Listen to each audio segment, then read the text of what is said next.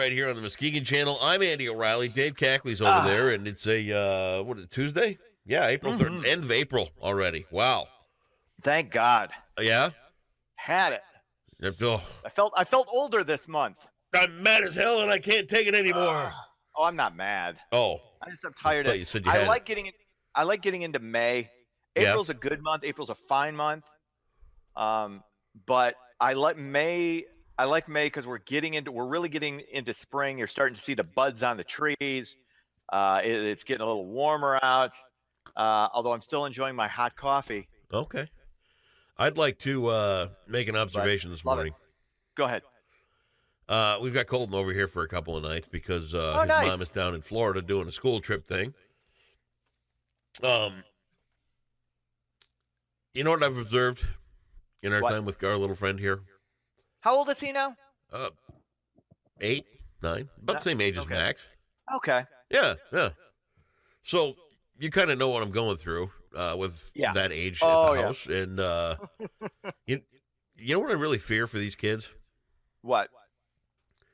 They will have no cartoons to hang on to as an attachment as an adult. Oh, you are so, I agree and disagree with you because they don't have the cartoons we grew up with. Like try to find a Speedy Gonzales cartoon anywhere. Nope. It doesn't exist anymore. Nope. But there's nothing attachment worthy. I will say this. Okay.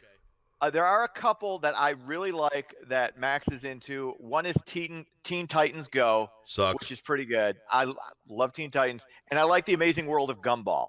I think because that's so kind of whacked out and funny, and it's fairly sophisticated stuff for kids. I really like that.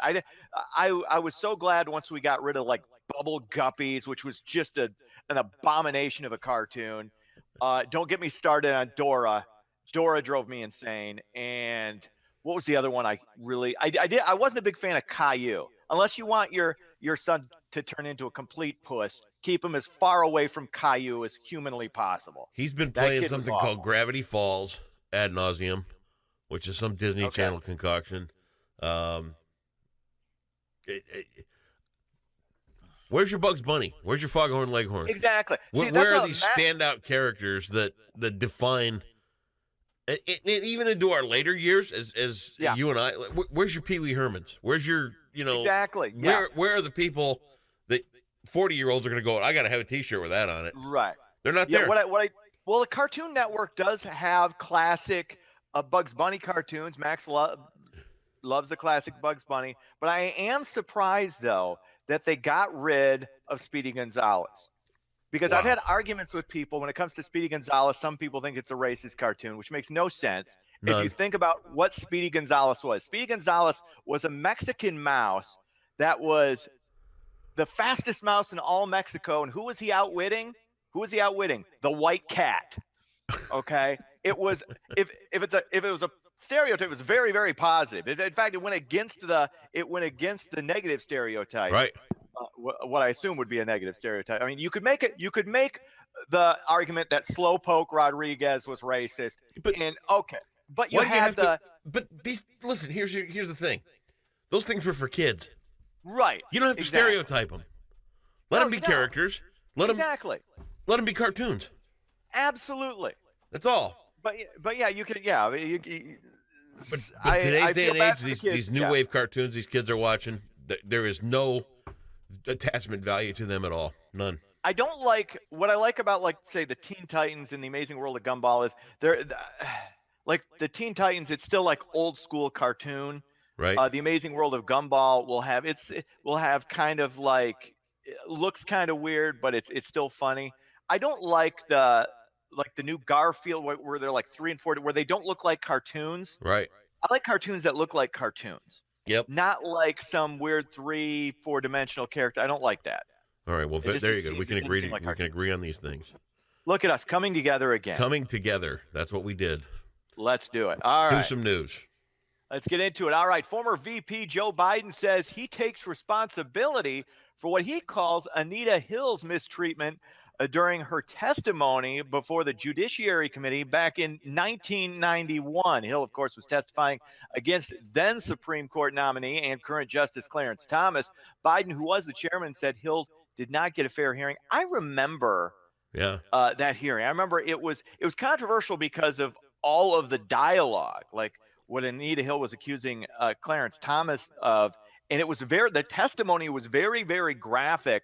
And I remember it was like the questions coming from the senators, they all were like these heavy set, gross old dudes. And they were questioning this, fairly attractive a woman about, what Clarence. I thought she was fairly attractive. I didn't think Anita Hill was hot. She was fairly attractive. But I thought, this is creepy and gross. And I tended to believe Anita Hill, and I still do. Yeah. But I don't know that she was necessarily mistreated. I think she was asked questions, which is what you got to do. If somebody's accusing a Supreme Court justice, you have to ask questions. Right.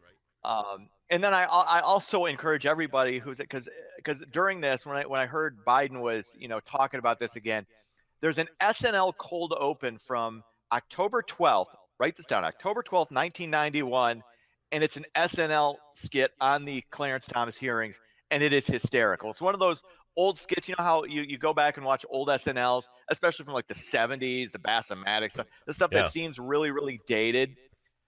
This holds up. It's really, really funny and high level political comedy. So I encourage everybody to watch that. But Biden, it's interesting. I don't understand why Joe Biden has to go back and address what he did as chairman 28 years ago. Okay, it was he was asking questions of somebody who was accusing a Supreme Court nominee of sexual harassment. So you got to ask her questions. I don't understand really what the issue was. I'll tell you what the issue is. I'm missing something. Go ahead. This is the issue. We have become, in society today, we've become a nation of diggers. We dig until we can find something, right? Last night, some guy posted the thing up of Beto O'Rourke and how he said that soldiers were useless and should be thrown, disabled veterans were useless and should be thrown in a dumpster, which is proven to be fake. I threw a Snopes thing up there. He goes, well, Snopes always leads with the liberals and blah, blah, blah, blah. And I said, okay, well, how about this one? So I threw another one out there that said it was fake. And he goes, well, Beto O'Rourke also wrote Murder Fantasies. He was 15. Yeah. And Beto O'Rourke this is how far we're going back. You know what? Exactly. I'm going to bet you this. I'm going to bet you this. Once upon a time, Beto O'Rourke crapped his pants. He did it so stupid. Way back when. And we're getting into what kids. This is what this is becoming. Right. You're absolutely right. 100%. Now, Beto, it's funny. Beto is like if Keanu Reeves was running for president, he would be Beto O'Rourke. He's the dude guy. He's a skateboarder. He's, whatever. Right. But, but Biden, come on. Biden has been doing this for years. There was no, if you back in the 90s during this, when this testimony was going on, we were pretty split then too. It was all the Republicans believed Clarence Thomas, all the Democrats believed Anita Hill, and we were That's split. The way it goes. It was a lot of, and exactly. Everybody, everybody was kind of dug in on what they believed. Yeah, exactly. It's absolutely what it was. But what I don't, now that we're getting into the presidential race, although it seems like the presidential race has been going on since Trump got elected.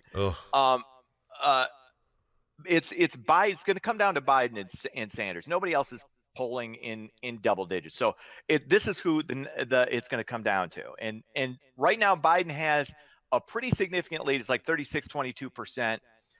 But the one thing I want to caution, and I would caution Joe Biden on doing, is reacting to this stuff.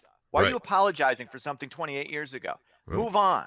Does this impact anybody right now? Joe, don't. Yeah, this is one thing I've always respected about Bernie Sanders is Bernie doesn't apologize. I can completely disagree with Bernie Sanders, but Bernie Sanders will not apologize for anything. He's similar to Trump that way. Biden has got to not apologize, and I think he'll be fine, and I think he's going to get the nomination. But man, it's dangerous to go back and start digging stuff up. Like you say, we're always digging, we're always looking for something, and it's dumb. Don't do it. Don't play into it because it's a no-win situation. Well, Joe Biden, pay attention because Dave has spoken. There you go. Exactly. Let me help you. Help me help you. Thank there you, go. Dave. Sad news out of Hollywood. 2-time Oscar Award nominee director John Singleton has died. Singleton was the youngest director ever nominated for an Academy Award in 1991 for his work, of course, on Boys in the Hood. He had been in intensive care since a stroke almost 2 weeks ago. Singleton was just 51 years old. I couldn't believe he did that when he was 24. I know. I didn't realize he was that young. Of course, I was 91. I didn't, mid-20s seemed ancient to me when I was 19. Right. But yeah, amazing. And tough loss, man. Very safe. He had, both Singleton and then Luke Perry in their early 50s. Yeah. Strokes. And guys who seemed seemed fairly healthy. Right. So it's one of those things you wonder what else was going on. I know he'd been dealing with high blood pressure for years, but I would assume that would be, he would be medicated for that anyway. Right. Same with like a Luke Perry. These guys, it's not like these guys had problems getting, paying for their health care benefits. So very sad. Finally, gas prices are all over the place right now, from Muskegon to Grand Rapids and areas south. Prices currently anywhere from $2.52 to $2.98 a gallon. Last week, most prices at the pump were consistently near the $3 mark. I got gas this morning for $2.98. Coming to the Grand Rapids is $2.52. Oh, that was really aggravating. What a fleecing! I was like, "What are you doing to me?" I could have waited. It wasn't like I was down to the eighth of a tank. It wasn't like I had that low fuel. Usually I wait for the low fuel light to come on, and then boom, I put $9 in, and I'm good to go for the day. Grand Marquis gets pretty good gas mileage too. It's disappointing. But still, I don't want to be paying this $3 a gallon.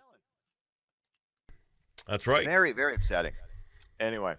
Sports, Tigers and Cubs both off. Detroit will take on Philly this afternoon. Cubs go against Seattle. That's sports. Have yourself a great Tuesday, and we will see you tomorrow. Oh, wait. Bye. Programming note. I won't see you tomorrow. Oh, that's right. We'll see you Thursday. Yes, you will. I've got to do a little school running tomorrow with our friend Colton, who's upstairs watching that garbage cartoon. So, all right. Talk to you later. See ya.